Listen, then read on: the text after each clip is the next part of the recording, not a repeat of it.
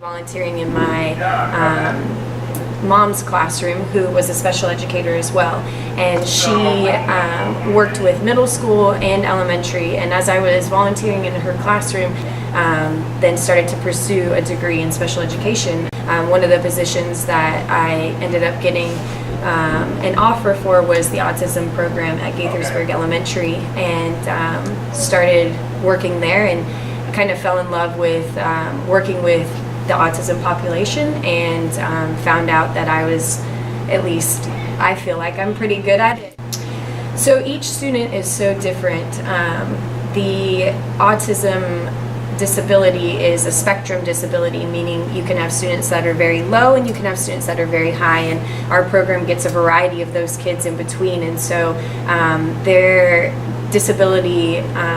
is really different to each student, and they are pretty impacted by a lot of different factors. Some of it can be behavioral, some of it can be verbal, some of it can be academics, and we just really have to work as a team to find out the different strategies that work for best for each kid. So my favorite thing in the autism program is when we go out into the communities, and in middle school we really start to move towards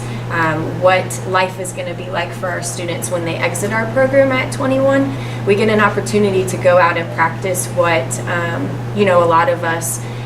do just innately. We kind of take for granted that you see a stop sign and you know to stop. Or we go out in the community, we practice looking at signs, we practice going in the grocery store and shopping off of a shopping list, we practice purchasing, we practice finding people in the community if we get into trouble that we can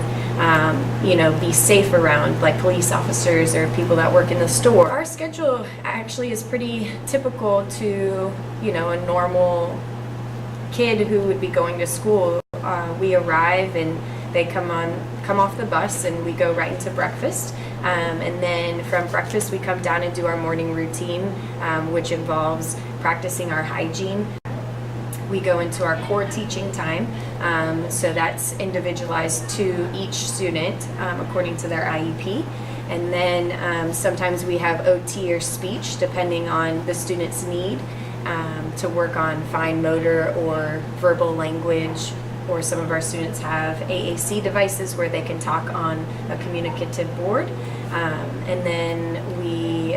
will do like a reading block, and they practice job skills at the end of the day. So sometimes you'll see us going and doing our recycling routine, or we might be scuffing the floors, or practicing sweeping or shredding, or stocking shelves. Challenge in this program is just realizing that every student is so different, and one strategy that might work for one student